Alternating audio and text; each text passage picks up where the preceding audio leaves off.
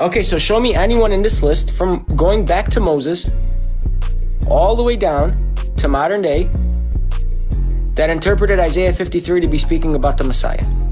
Can I hop in and say something real quick? It's God. It's God. It's God. Who, do you know this guy? This is Radar. I know. Logic, I don't know. Do you know him? Yeah. Well, go ahead, bro. So listen, you brought up that text earlier that you were talking about, that Jewish text. Do you know who wrote that text? We brought up a lot of Jewish text. Mishnah Torah that you were talking about, the chain of transmission. Do you know who wrote that? Nah, but I can get it for you if you want. No, I know who wrote it. I'm just saying you're quoting it like you know what it's talking about. You're saying that doesn't show that Isaiah 53 is about the Messiah? No, it doesn't. Do you know who wrote that? Like I said, I'm asking you again. You don't know, right? I just said if you want, I can get it for you. No, I know who wrote it. It's Rambam. And you're saying that text, that he wrote proves that Isaiah 53 isn't about the Messiah.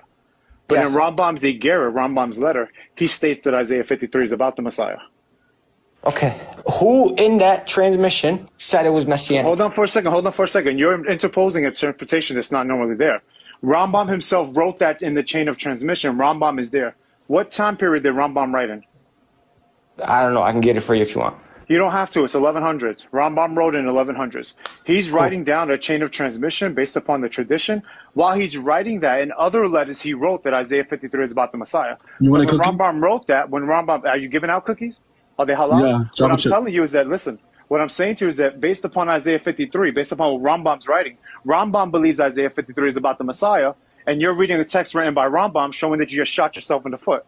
And nobody in that text states that it's about the Messiah. My friend, that is not the point. The point is that the person who wrote that text, listen, the point is that the person who wrote that text believed that Isaiah 53 was about the Mashiach because he wrote it inside of his Igerah. But nobody in that transmission of the law believed that it's about the Messiah. What are they transmitting in that message? What's being transmitted from teacher to student? What's being transmitted? The oral transmission of the law. The law. What's the Torah? What is this? What is the oral transmission of the law? Does it say oral in that text? Go back to the first sentence and read what it says. Okay, go ahead. What does it say? Go back. You're the one using the source. Go back and read it. It doesn't say oral. It says Torah. It says the Torah. Answer the question. Does anybody in the 40 names listed in that list that I brought mention that it's Isaiah 53 is messianic? Yes or no? First off, half of those answer people the question. Yes or no? Half of those people answer are before the question. Isaiah 53 yes or no? was written. That answer was the question. Isaiah 53. Yes or no? The fact that you can't see how stupid that question is crazy. Half of those people are before Isaiah 53. Answer the question. Half of the people are before Isaiah 53. Answer the question. Half of the people are before Isaiah 53. Most people can see that it was before Isaiah 53. What are they transmitting? What are they transmitting? What are the people transmitting? You're quoting sources you don't know. What are they? Okay, I'll answer you. Yes or no? Yes or no? Does anybody in that list say that Isaiah 53 is messianic, speaking about the Messiah? Yes or no? I believe that when Isaiah read it, he knew it was about the Mashiach. Okay, where is the evidence? I believe that he knew it was about the Mashiach. Well, Isaiah 53. Now, hold on. I answered your question. Answer the question. I did answer it. No, you didn't. I answered to you. Calm down. Asked for a yes or no. Unbutton your blazer. Listen to what I'm saying to you. Let's go back to the beginning of what we're saying. Let's go back up your mom's rear end. That's where you're going. Oh, come on, man. He's being disrespectful. How? What did he do? I'm asking a simple question. He wants to yell. A Messianic Jew who was born 40 years ago. God logic. We have questions. No, it's because you mentioned, you quoted a source from Rambam, and he won't answer. Literally, the original person of the source says that that's about the Messiah. And how literally in the text, all this talking about. That's why he wouldn't say yes or no. I asked for a yes. No. Yes. I would have asked. You're missing what you missed. I think it's going over your head, Central. The person who documented the source that you brought up, Rambam, the one who wrote that source about this oral law transmission, says that Isaiah 53 is about the Messiah. And so all you're doing is we're showing a recording of oral law transmission, according to him. While Isaiah himself is in that transmission. Isaiah himself is talking about the Messiah here in 52 and 53. Also, I want him to tell me, where did Rambam say that Isaiah 53 is about Jesus? Let him come. He quoted the source for you. No, he didn't. Yes. No, he didn't. He quoted it to you twice. What's the source then?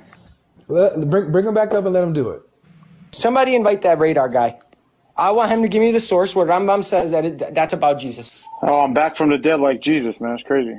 Yep. Yeah, that's crazy, man. Show me where Rambam says that this is about Jesus. So Rambam said in his Igeret Teman. Messianic. Igeret Teman. He said it's about the Mashiach. It's about the Messiah. That's the point. Now, will you answer my question that I asked you? Okay, where does he say? Can I get a page? It's Igeret Teman. All you have to do is look it up. Okay. You can find it easy. Igeret Teman. Rambam. Okay. Spell it for me.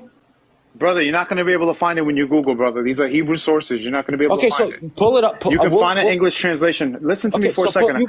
I answered your question. I answered your question. I'm telling you, it's Igeret Teman. I'm telling you where it's at. Now listen to what I'm saying to you. Now, will you answer my question, though? Respectfully, will you answer my question? Okay, respectfully, will you pull up the source? I just told you what the source is. The source is Igeret Teman. What do you want me to do for that? Okay, you said I can't find it. You have it, so can you pull it up for me? Brother, I'm telling you that this is a source. Trust me, I've done many videos on it and documented it, okay? Igeret Teman. I'm telling you. You want to believe it? You don't believe it? That's fine. I don't believe it. So listen. Igeret Teman is 100%. This is what it says, okay? And now, the other thing also, he says it's about the Mashiach. I have the reference here for you. Fine, I'll pull it up. But now, will you answer my question? Okay. No, he's not answering any questions unless God Logic answers my questions. Hold on for a second. Hold on. Radar, we'll answer your question and then you'll answer one of ours, yeah? Yeah. Okay. I bet. So listen, my question to you was, what were they transmitting in that text that you were talking about? I answered that. No, you didn't. What were they transmitting? The law. The law. The written law, the oral law, like you said? Oral. Okay, so first off, find the word oral in there for me. Okay, 1 second. What is the Torah? I'm sorry, when you're done answering my question, I'll answer yours. Okay, the Torah is literally the law. But anyways. What are they transmitting in there? The law. I literally said it 1,000,000 times. Okay, you said oral law, now you're saying the law because you're not finding the word oral in there after you did your Google search. Because they're transmitting the Torah. And because they're transmitting the Torah, what I said. Isaiah 53 is not in the Torah. That's literally what I said, the Torah. So that they're not referencing Isaiah 53 in this passage of the chain of transmission. They're referencing the Torah that they were passing down from one to another. Okay, cool. So why would they be talking about Isaiah 53? Because Isaiah is mentioned here. Okay, so if Isaiah's writing it more than halfway down the chain of transmission, then how is someone before him going to mention that Isaiah 53 is about the Messiah? Okay, so did I ask God Logic to show me where Moses says Isaiah 53 is about the Messiah? No, I didn't. Isaiah 53 didn't exist yet. That's my point. That's exactly my point. I never asked him to do that. Yeah, you asked who in this chain references Isaiah 53 to be about Jesus. Yes, and then I went to Isaiah. Moses is on that train. Anyone after Isaiah. I said and Isaiah and after. Go ahead. Good Lord. Okay, so there you go. I answered your question. Now, could we ask a question? You can ask a question if you want to. Okay, go ahead. He has the same belief in God Logic. I'm going to show you the source right now, okay? For Igeret Teman, this is a chronicle of all these sources of the sages. Here you go. This is Igeret Teman. Look, Rabbi's letter to Yemen. Let me flip the camera for you. Okay. Let me make this a little smaller, okay, so you can see it. And look, this is all the Hebrew here. Okay, look, this is Rambam's Igeret, letter to Teman, the letter to Yemen. And here's the source, okay? Look at what it says. Can you see it? Rambam's letter to Yemen. He says, what is the manner of Messiah's advent? Thou canst not know this so far as it be said of him that he is the son of such an one. Right? There shall rise up one of whom none have known before, the sign of one of the Almighty. Then it quotes a verse, says, behold, the man whose name is the branch, he shall branch forth out of his place, Zechariah 6:12. And Isaiah speaks similarly of the time when he will appear, without his father or mother or family being known. He came up as a sucker before him and as a root out of dry earth, Isaiah 53:2, stating that this passage is clearly about the Messiah and about the Mashiach, about the individual who came up. This is about the individual, the Messiah, the Mashiach 100%. But the unique phenomenon of attending his manifestation is that all the kings of the earth will be thrown into terror at the fame of him, that they will lay their hand upon their mouth. In the words of Isaiah, when describing the manner in which the kings will hearken and listen to him, at him kings will shut their mouth. For that which had not been told them, they have seen, and that which they had not heard, they have been perceived. Please do not ever use that source again to try to prove something about Isaiah 53. Thank you very much. His mother will not be known. Who is Jesus' mother? Brother, we are talking about him applying Isaiah 53 to the Messiah. Stop dancing, my friend. It says his mother will not be known. No, Jesus. Hold on, Central. You for some reason it's like everything is going over your head. The point that he was raising was that Rambam, right, refers to Isaiah 53 as a messianic passage. That's his point. He's not saying that that's not his authority. He's just showing you that the authority that you used when you quoted him and his source, that source, the guy who comes up with that, says that Isaiah 53 is about the Messiah. You asked him to show you the source and he did. That's it. I'll have to look at that source, but again, it says that his mother was not known, but we clearly know who the mother was. Who cares what he says? What do you mean, who cares? So you're picking one. Hold on. You have to understand, the point is that Rambam believes this is about the Mashiach. Rambam believes that this is about the Mashiach. Rambam doesn't get everything right. Remember, just the same way the Jews rejected your prophet, the same way the Jews rejected your prophet, I don't see you walking away saying, oh, we're going to reject Muhammad now. Don't run to my prophet. Don't run to my prophet. But this is the thing. Because the same letter you brought up authority. The same letter you brought up refutes you. And the source that you brought up refutes you. You're the one that... So you're bringing something to refute me that refutes you. I'm showing you that you cannot... Radar. How hypocritical. One second, because he's not getting it. Radar. Not Radar, Central. You used a source to try to argue that Isaiah 53 is not messianic. That's what you did. So what Radar did was show you that the source of the source that you're using believes that Isaiah 53 is messianic. So it's self-defeating. Not at all. You get it? Because Rambam is not mentioned in this chain of transmission. Imagine me saying, this guy Radar thinks he did something. He didn't do nothing. Imagine me using the Quran as a source to prove to you that Jesus is God. While literally in that same source, or the person behind the source, literally says Jesus is just a messenger. That's that I just stumped myself in the foot.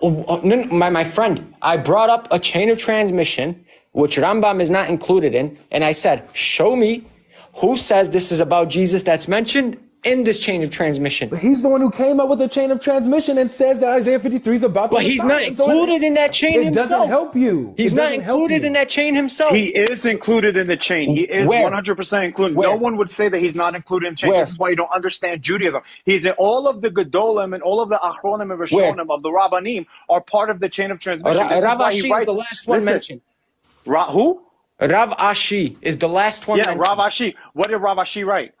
I don't care what he wrote. Is Rambam in there? You don't know what the heck you're talking about. Is Rambam in there? Yes or no? You don't know. Rambam is there, brother. Show me. Pull it up and show me. Pull me up and show me his name in there. So what does Rambam write? What that? All right. Let me answer. Okay, let me answer this. Okay, let me say it this way. Did Rambam? What is the work that you're quoting have to do with? What is that whole code that you just quoted? What is that? For the millionth time, the transmission of the law. No, brother, that's the introduction to the Mishnah Torah. Like, what is this guy on? Brother, you're not listening. The whole Mishnah Torah is the halakhic legal code, meaning that Rambam is codifying Jewish law from the Talmudim, from the Talmuds, meaning that he's in the chain of transmission and authority of one to bring this down halakhically and Jewishly legally. You have no idea what the heck you are talking about. No, you don't know what you're talking about. Brother, you're pulling out sources that you talking in Hebrew doesn't help you, my friend, because I can talk in Bosnian and make myself sound smart. It doesn't mean shit. I'm not talking Hebrew. Look, first of all, you can't even control your tongue, brother. You can't even control your tongue. Look, you're getting upset. I get it. It literally says Ravina and Rav Ashi were the final generation of the sages of the Talmud. Yes, we're past the time of the Talmud. When was the Talmud written? Okay. Beautiful. So is Rambam mentioned in here? Yes or no? Rambam is in the chain of transmission. You ask any rabbi, he's in the chain that's continuing because he's writing Jewish legal works. You don't even know what you're talking about. This guy is on cloud nine, fam. No, brother, this is the fact of what we're talking about. You have zero idea of what you are talking about, and you're getting caught, and it's okay. You made a mistake. Just go back, study the sources more. Email me, I'll teach you. You brought up a quote that refutes you. No, he didn't. No. Oh my gosh! My source of authority is the book of Genesis to Revelation. I don't appeal to other sources. Amen. And I don't appeal to other sources to be my authority in these things. When they correlate, but they are not the standard. The very Elohim, the words of God, is what? It is the Torah, the Gospels, the writings, and the books of the prophets as well going on to the New Covenant. This is the Word of God. This is what we base our doctrine on. When the rabbis agree, great. When the Quran agrees, great. But understand that this is the source of authority. You appeal to a source that you don't know, and then you just got crushed, and that's what the reality is of what's happening. But you didn't do anything. You brought up a source that says it's messianic, yet it says that they won't know his mother's name. Okay, so you didn't know what you were talking about. Knows who marry. Brother, listen, I just let me say it again. I literally just told you that it is not an authority for us of absolute truth. Isaiah 53 is about the Mashiach, because the New Covenant tells us about the Mashiach, that he'll be led away to the slaughter, that he'll be sliding before his shearers, that all of these things will be the reality, and it's what happens inside of the New Covenant. These passages are applied to him by the disciples of Jesus, Yeshua, who walk with him. This is why we believe they're not messianic, not because of what some rabbi said 1100 wait a minute. later. Radar, did the disciples, I told him earlier. Were the disciples aware of the Old Testament? Yes, of course they were aware. No, of course they were. What are you talking about? Were they aware of the Old Testament? Of course they were. I never said that they wasn't. Again, so Central, again, I'm trying to tell. So, Isaiah 53, would you say that the disciples of Christ were learned men of the Old Testament? Learned? I believe they became learned. You know, they had to have some things that were revealed to them after the fact during. So there was a lot. Testament? Learned? I believe they became learned. You know, they had to have some things that were revealed to them after the fact during. So there was a lot of stuff that they were lost on and confused on. So I wouldn't say completely well learned like that. Did they know that Jesus' role as a Messiah was to be crucified? After Jesus revealed that to them, yes. Before that, they didn't understand that. How? I'm pretty sure there's verses in the Bible that says that they knew the Old Testament. I mean, they were Jews. They would have had to know it. Well, so did the Pharisees. They knew the Old Testament, but they didn't understand the Messiah and still rejected him. Right? So they didn't have full understanding until Jesus brought that revelation. Oh, my God. Logic.